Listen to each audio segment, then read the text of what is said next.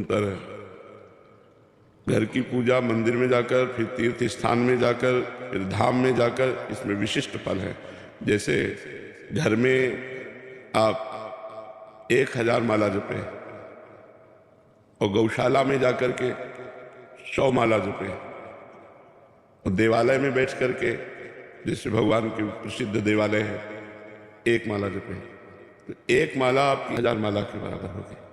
आप वृंदावन धाम में जपें 1 माला 1,00,000 माला के बराबर जाता है। तो घर का भजन और तीर्थों का, तभी तो जब भगवत प्राप्ति की लालसा होती तो हम तीर्थों की यात्रा करते हैं, संतों का समागम करते हैं, बड़े बड़े देवालयों के दर्शन करते हैं, उससे हमारा हृदय पवित्र होता है। तो ये जरूर है कि घर में जो हम उपासना करते हैं उससे कई गुना लाख पुरियों में, धामों में। अब जैसे अपने घर में बैठकर भजन कर रहे हो, गंगा के तट पर बैठकर भजन कर रहे हो, तो अंतर नहीं होता। गंगा की धारा बह रही हो, आप माला चला रहे हो। अच्छा, गंगा जल के अंदर खड़े होकर भजन कर रहे हो तो उससे भी ज्यादा लाभ होगा। गले तक गंगा जल में खड़े और भगवान नाम स्मरण कर रहे हो, भगवत ध्यान, तो ये भजन की पद्धतियां हैं।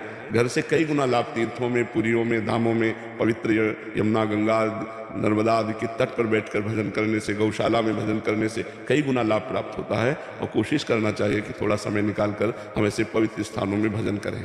जैसे आप लोग धाम आए हो तो मनोरंजन मत करो, 1 दिन 2 दिन के लिए, 4 दिन के लिए आए हो, कोई गंदा आचरण मत करो।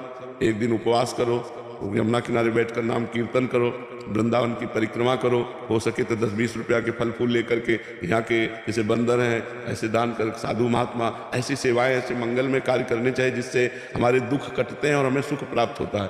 और जो लोग यहाँ आकर के भी गंदे आचरण करते हैं, पापाचरण करते हैं, मनमानी आचरण करते हैं, दुख भोगेंगे। तो यहाँ का पुण्य भी लाख गुना है तो पाप भी लाख गुना है।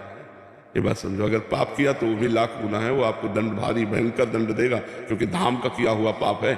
सर्वत्र किया हुआ पाप धाम में प्रवेश होते ही नष्ट हो जाता है, लेकिन धाम का किया हुआ पाप फिर आपको कहाँ नष्ट होगा। धाम ही कृपा करे तो नष्ट हो सकता नहीं, भोगना पड़ेगा, वज्र की लीक होता है।